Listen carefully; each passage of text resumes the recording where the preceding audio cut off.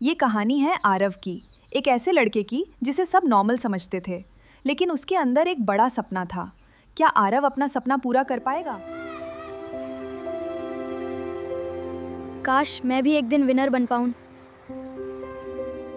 ये science project बहुत मुश्किल लग रहा है। पता नहीं मैं कंपटीशन जीत पाऊंगा या नहीं।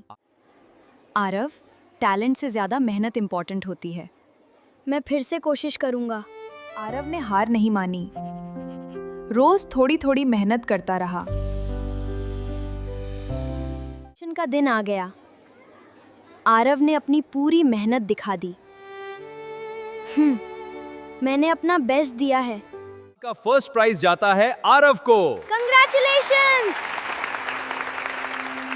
मेहनत और लगन ने आरव का सपना पूरा कर दिया। आरव, तुम्हारे लिए एक और बड़ा मौका आया है।